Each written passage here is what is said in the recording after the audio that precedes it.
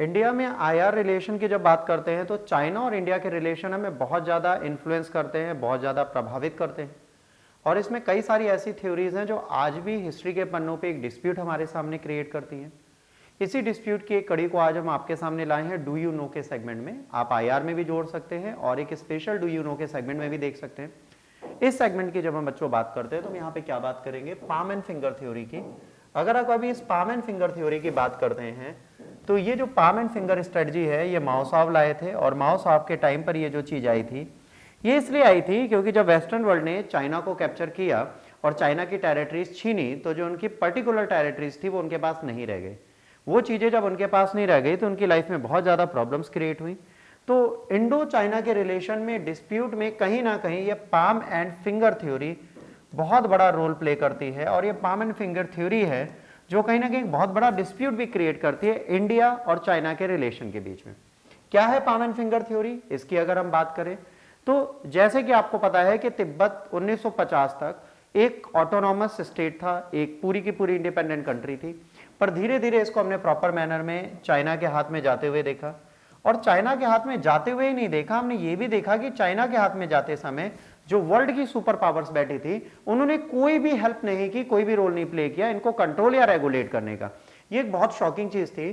तो माओ साहब ने कहा कि ये पाम है, राइट हैंड का ये पूरा पाम है, और इसके साथ लद्दाख, नेपाल, सिक्किम, भूटान और अरुणाचल प्रदेश क्या है, 5 फिंगर हैं इसकी, और इनको कैप्चर करेंगे तब हमारे चाइना की पूरी टेरिटरीज यहां की पूरी होंगी।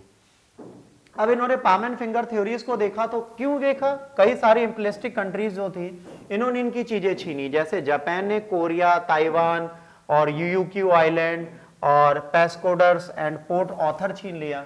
इंग्लैंड ने इनसे बर्मा, भूटान, नेपाल, हांगकांग ले लिया। फ्रांस ने इनसे अनम ले लिया। पोर्चुगीज ने इनसे मकाओ ले लिया।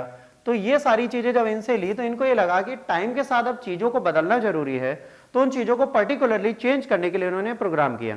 अब क्लेम में इंपीरियल चाइना ये कहता है कि जब यहां पर हमारी टेरिटरीज और रूलर चल रहे थे तो उस टाइम पे नेपाल, सिक्किम और भूटान जो था हमारी टेरिटरी क्विंग डायनेस्टी का पार्ट था, और तिब्बत भी इनका पार्ट था। अब बात आती है, अगर ऐसे बात करें तो अशोक के टाइम पर अफगानिस्तान, भूटान ये सब हमारे पार्ट थे, तो हम क्या इसके लिए लड़ने लगे, पाकिस्तान हमारा पार्ट था। बट चाइना क्या करता है, हिस्ट्री के ट्रेस को लेता है और वहां से बात करता है। उसके बाद इन्होंने कहा कि 1951 में इन्होंने तिब्बत पे अपनी फिर से आधिपत्य को जमा लिया। अब पाम एंड फिंगर थ्योरी की बात करेंगे। 1950 में माओ जेडोंग ने जब तिब्बत को बोला कि ये राइट हैंड का पाम है, तो इन्होंने तिब्बत को पाम बोला और इसके लिए लगे रहे। वर्ल्ड वॉर सेकंड के बाद सबसे बड़ा एरिया जो चाइना ने शेयर किया वो था तिब्बत, और जैसे इन्होंने बेटा तिब्बत को अपने पावर में ले लिया, वैसे ही नेपाल, इंडिया, भूटान के साथ इनका क्या हुआ, एक कॉमन बॉर्डर आ गया। पहले इंडिया के साथ इनका कोई बॉर्डर नहीं था, बट जैसे तिब्बत कैप्चर करते हैं वैसे इंडिया के साथ इनका बॉर्डर आता जाता है, ये आपको ध्यान रखना है।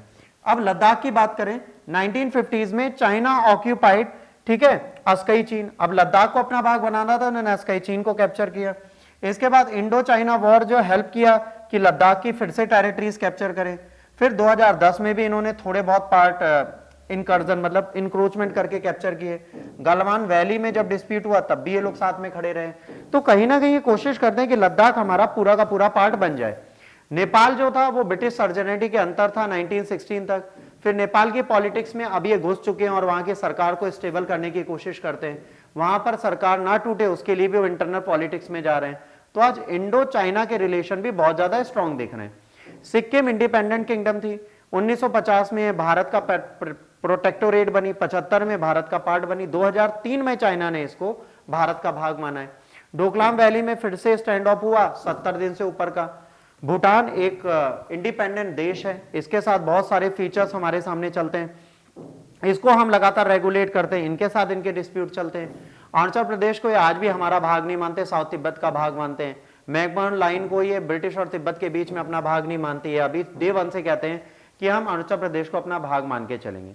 अच्छा, चाइना ये सारी चीजें इसलिए कर पाता है क्योंकि 1959 में जब पूरा तिब्बत इन्होंने कैप्चर कर लिया तो भी वर्ल्ड पावर ने कुछ इनके लिए नहीं बोला, और आज चाइना क्या है, इकोनॉमी, ट्रेड और इन रिलेशंस को बढ़ाकर भी अपनी चीजें कर रहा है और ग्रेट एक्सटेंट में ये सारे काम कर रहा है। तो इसको ये पता है कि अपनी चीजें प्रॉपर मैनर में करता जाएगा, इसे कोई रोक नहीं पाएगा। अब बात करते हैं 1959 की तिब्बत और अब अपराइजिंग की। तिब्बत में अक्टूबर 1950 को जब पीपुल लिबरेशन आर्मी घुसती है, तो यहां पर जब ये आते हैं तो एक प्रेशर में ट्रीटी साइन करते हैं। तिब्बत वाले कहते हैं दलाई लामा हमारे स्पिरिचुअल लीडर हैं, तो इंटरनल मैटर हमको दे दीजिए, डोमेस्टिक अफेयर हमारे पास रहने दिए, बाकी हम आपके साथ हैं। इसके बाद भी यहां पर बहुत सारी चीजें चलती हैं। लोगों को लगता है कि भाई ये पीस ऑर्डर नहीं चलेगा। मार्च 1959 में लासा में फिर से फियर आ जाता है, दलाई लामा को किडनैप ना कर ले इसलिए। तो मिलिट्री ऑफिसर्स कहते हैं दलाई लामा से कि आप हमारे हेडक्वार्टर आइए, पर हेडक्वार्टर बिना बॉडीगार्ड के आएंगे। अगर दलाई लामा बिना बॉडीगार्ड के जाएंगे तो एज ऑफ से कैप्चर कर लिए जाएंगे। तो 3 लाख से ऊपर लोग 10 मार्च को कहते हैं कि आप इनसे मिलने नहीं जाएंगे, इनके पैलेस में जाके, और ये नहीं जाते। 17 मार्च को चाइनीज आर्टिलरी जो होती है इनके पैलेस की तरफ अटैक करती है और काफी लोगों को मार देती है। उससे 2 दिन पहले ये इंडिया की तरफ आ चुके होते हैं और इंडिया में पैट्रोनेज ले लेते हैं। अब यहां पर कई सारे लोग मारे जाते हैं। अब दलाई लामा को असाइलम कैसे इंडिया ने दिया? इनका रियल नाम है तेंसिन गैसाटो, 14वें दलाई लामा है, 1940 में बने थे। तिब्बत चाइनीज एग्रीमेंट के तहत ऑटोनॉमस स्टेट की बात हुई। चाइना डिफेक्टो रूलर थे इनके अंडर कंट्रोल था, पर इनको कंट्रोल दिया नहीं गया। ये यहां से भागे और इंडिया की तरफ आए, उससे पहले जब चाइनीज ट्रूप इनको कंट्रोल करने की कोशिश करें। मार्च 31, 1959 को दलाई लामा स्नो से होते हुए, है ना, चोटू नागमो एक असम राइफल की आउटपोस्ट थी तवांग के पास, वहां पहुंचते, इंडिया से असाइलम मांगते हैं। इंडिया इमीडिएटली इनको असाइलम प्रोटेक्शन के साथ दे देती है। मसूरी में बाद में जवाहरलाल नेहरू ने मिलते हैं और लीगल असाइलम इनको दे दिया जाता है। अब ये परमानेंट एग्जाइल इंडिया में रखते हैं, धर्मशाला को अपना सेंटर बनाते हैं और यहीं से तिब्बतियन गवर्नमेंट चलाना स्टार्ट करते हैं। कल्चरल रेवोल्यूशन होता है, चाइना सरप्रेशन होता है, वहां पे जितने भी लोग होते हैं उनको मार दिया जाता है और 10,000 तिब्बत धीरे धीरे फिर इंडिया में आते हैं, इनके साथ रहने लगते हैं। ऑल्दो जो बैन था इन पे कि जो तिब्बत का प्रोटेस्ट था वो कंटिन्यू चलता है, दलाई लामा इधर उधर जाते हैं, इंटरनेशनल सपोर्ट मांगने की कोशिश करते हैं। बट बेटा 2023 में दलाई लामा भी एक्सेप्ट कर लेते हैं कि तिब्बत चाइना का भाग है। अब बात आती है 1959 से 2022 तक इंडिया ने अपने मैन खोई, अपनी टेरिटरी खोई, सब कुछ खोई। बाद में भाई साहब कहते हैं हमसे कोई मतलब नहीं है, तिब्बत आपका भाग है, आप अपने पास रखिए। थोड़ा शॉकिंग है। ये इनका पैलेस था जिसकी बात करते हैं, ये इनका पैलेस है, इसको आज म्यूजियम बना दिया गया। ये सारा एरिया था जहां पे मोनेस्ट्रीज थी। कहा जाता है तकरीबन 30 से 40 हजार लोग इन्होंने मार दिए थे दलाई लामा के जाने के बाद। ये वर्ल्ड वॉर के बाद सबसे बड़ा मास केयर था किसी टेरिटरीज को जीतने के लिए। तो ये अपराइजिंग थी, ये सारे लोग इनके पैलेस के सामने खड़े थे। तो आज इस पाम एंड फिंगर थ्योरी में इतना ही। अगर आपको लेक्चर अच्छा लगा, लाइक शेयर सब्सक्राइब करना ना भूलें। God bless you all, take care, जय हिंद, वंदे मातरम।